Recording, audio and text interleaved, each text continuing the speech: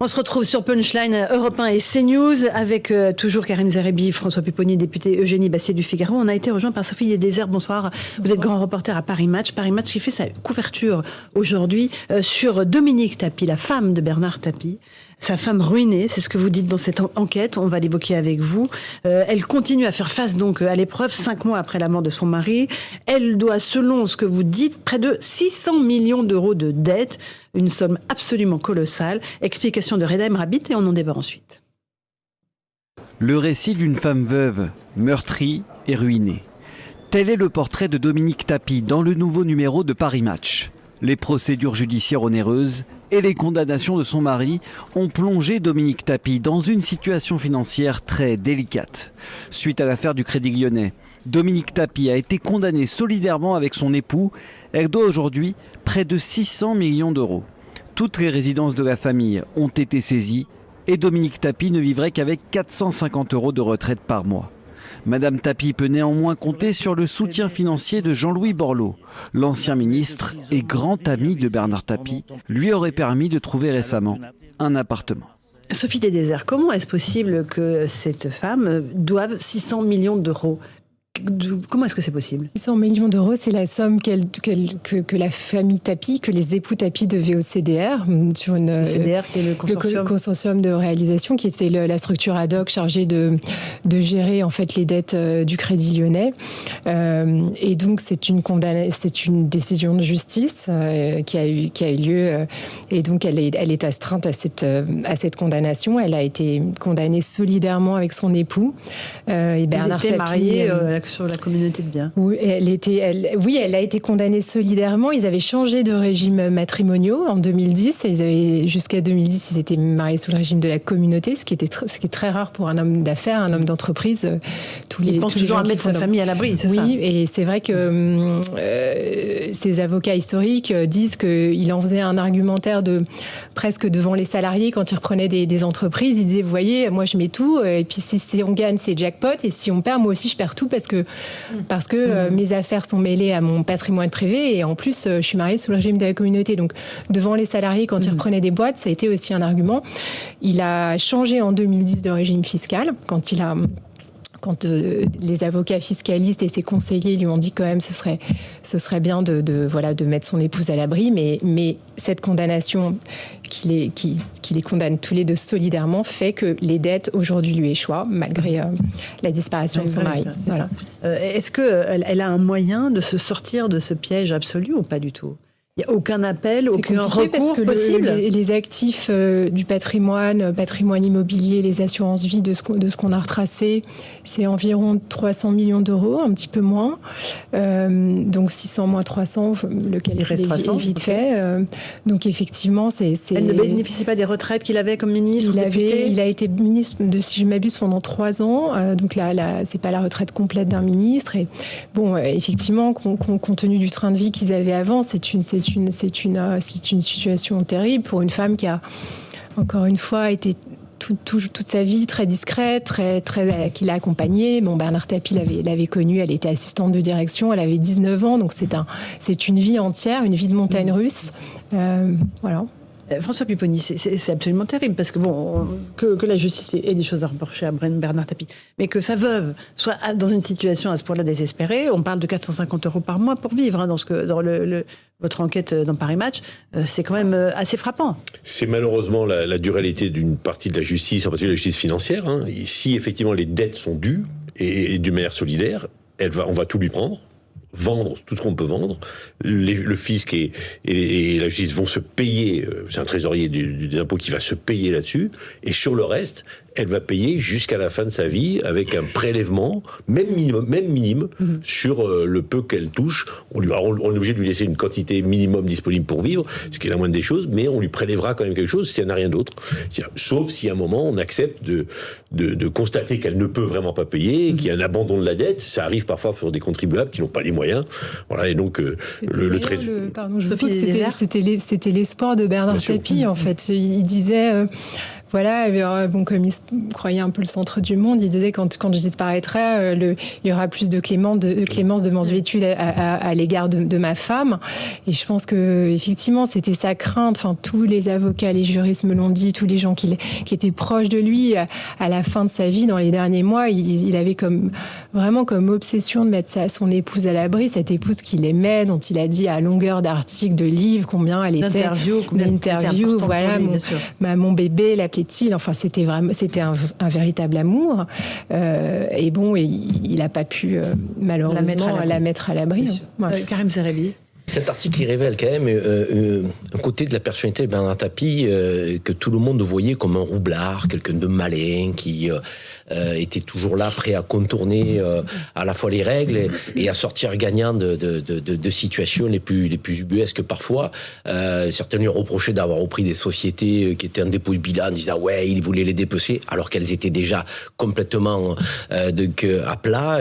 Il les reprenait justement pour tenter de sauver ce qui pouvait être sauvé.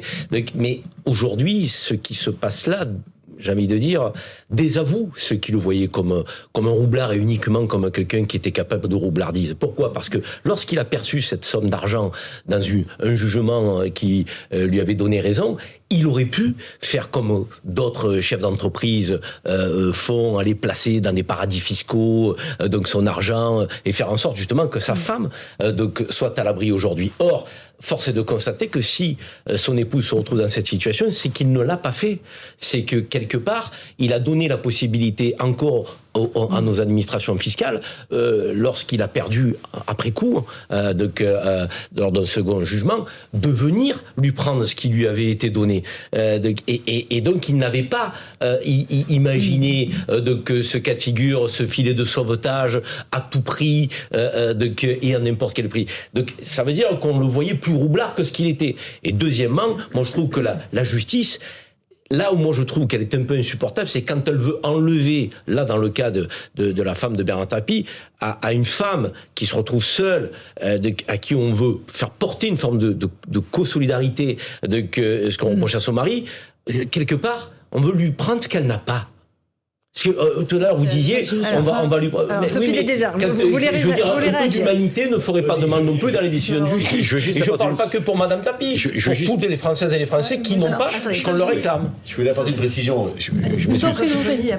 Il faut savoir que le percepteur, que les Français comprennent, il est responsable des sommes qu'il n'encaisse pas. C'est-à-dire que s'il ne fait pas recouvrir les sommes, il paye sur ses deniers personnels. Oui, c'est ça. Ce qui oblige le percepteur à aller jusqu'au bout, parce que de toute façon, à la fin, si Madame Tapie paye pas, et si le percepteur pourrait dire, oh la pauvre, après tout, c'est lui qui paye. Les 300 millions, c'est lui qui doit les payer. Alors il a une assurance à 80%, mais 20%, il paye sur ses deniers personnels. Ce qui l'oblige à aller jusqu'au bout. Il n'a pas le choix. Il est obligé d'engager les procédures. Oui, monsieur. Non, mais là, malheureusement, c'est sur le fait qu'il n'a pas mis un tout petit bémol sur ce que vous disiez. Il l'a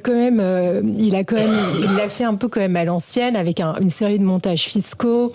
Il place une partie de sa fortune en Belgique. Il achète un yacht qui est sous pavillon, qui est logé dans une société à Hong Kong, un jet privé qui est logé aussi dans une société étrangère. Donc, un tout petit bémol sur le fait quand même qu'il a évidemment eu recours à des avocats fiscalistes qui l'ont conseillé. Je crois qu'il a été plutôt mal conseillé et que y a eu aussi une volonté très ferme de la justice, ça je l'ai retracé, même quand il était payé certaines fois sur des comptes étrangers à l'étranger, aussitôt le juge saisissait en 24 heures les comptes, donc il y a eu une attention particulière à ce dossier-là, je pense qu'il était à la hauteur aussi du choc et de l'arbitrage de 2008 qui a quand même, rappelons-le, choqué beaucoup et qui a beaucoup de Français et la justice qui a entraîné aussi cette réaction a posteriori en 2013. Donc un tout petit bémol sur le fait que oui, c'était pas un orfèvre des montages financiers offshore, mais quand même, il a essayé, et ça vraiment le dossier le montre, de jouer quand même un petit peu avec les Eugénie Bastier. Oui, je sais pas quoi dire, à part que Duralex, c'est de l'ex, c'est la loi qui est sévère, elle est la même pour tous. Il y a beaucoup aussi de gens, malheureusement, encore, moins connus, plus qui ont des difficultés. C'est d'ailleurs l'objet d'un très beau roman d'Emmanuel Carrère, D'autres vies que la mienne, où il raconte ces tribunaux d'endettement où les personnes surendettées, parfois des situations ubuesques, sont comme ça poursuivies par la justice. Et vous l'avez dit, c'est comme ça que la justice fonctionne. Après, c'est vrai qu'il y a un côté balsacien, effectivement, dans cette chute d'un mode de vie qui devait être absolument faramineux à aujourd'hui, voilà, compter les sous. Il y a quelque chose, oui, de presque romanesque et d'assez touchant. On ne peut pas être insensible, mais malheureusement, ça arrive à beaucoup de Français ordinaires. Je ne veux pas défendre Bernard Tapie, mais vous êtes Marseillais quand même. Mais bien sûr, et ce qu'il a gagné, on ne peut pas lui enlever.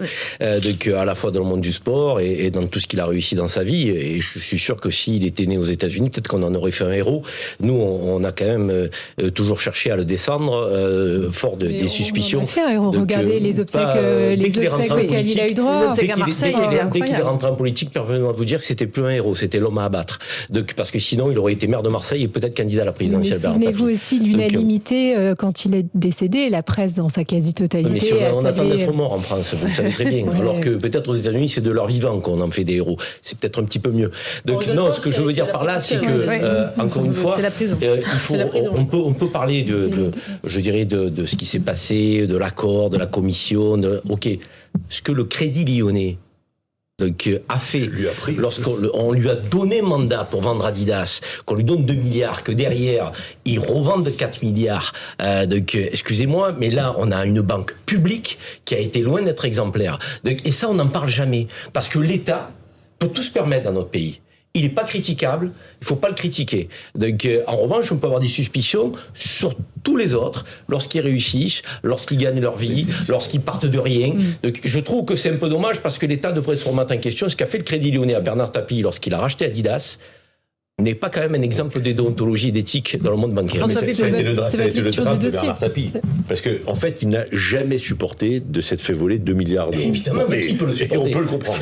Il a tellement voulu aller jusqu'au bout, il a tellement voulu récupérer quelque chose, y compris psychologiquement, financièrement et psychologiquement, en disant on m'a volé, qu'il a mis la pression pour avoir ce fameux arbitrage, qui a été le début de la fin. Parce que il a tellement tiré entre guillemets sur la corde là-dessus qu'après c'est un cadeau empoisonné. Il l'a eu sous Sarkozy, François Hollande arrive et là on dit c'est plus possible, on attaque et il perd tout. Pardonnez-moi, mais juste sur la lecture du vol, on va pas refaire le match ici et ce procès, cette affaire qui a duré plus de 25 ans, mais il y a quand même des lectures différentes et en l'occurrence la justice française a tranché. Il a vécu ça comme un vol, lui. Vous soyez tout à fait en phase avec la thèse de Bernard Tapie, mais quand vous retracez les choses, c'est un peu plus complexe que ça. Je me garde bien de faire pour ça, qui n'est pas d'argument, qui est un peu plus complexe que ça. Qui n'est pas l'ambiguïté. Moi, si vous voulez, on peut rentrer dans le. Non, mais qui n'est pas l'ambiguïté. Je ne suis pas en train de dire qu'il avait raison mais lui, son sentiment à lui, c'est qu'on lui avait volé 2 milliards. Bien sûr. Et qu'il a tout. Le restant de sa vie, ça a été je vais le récupérer, ils m'ont volé, je vais me venger. Et il a tellement entre guillemets tiré sur la corde qu'il y a eu ce fameux arbitrage, qui n'arrête pas de faire des dégâts parce que là on parle c'était Stéphane Richard qui a voilà donc et il en faisait une fixation, pour pas dire une obsession. Pour pas dire une obsession. Bon, malheureusement maintenant, c'est sa femme qui va devoir payer l'addition qu'elle ne peut pas payer quoi qu'il arrive. Vous avez des retours de la famille justement après cet article ? Non, j'en ai eu aucun. Je crois qu'il y a eu un tweet de la fille de Bernard Tapie qui évidemment, comme on peut l'imaginer, on est pas content. Voilà, est attristé et voilà, mais c'est vrai que nous, ce qu'on a voulu faire, et moi, ce qui m'a frappé, si vous voulez, c'est que tout ça a été écrit au moment du décès de Bernard Tapie. La décision judiciaire, la dernière, tombait 48 heures après son décès, elle a été repoussée parce que la justice, par décence, a voulu la repousser. Mais tout ça a été écrit. Les propriétés, elles étaient saisies depuis plusieurs années.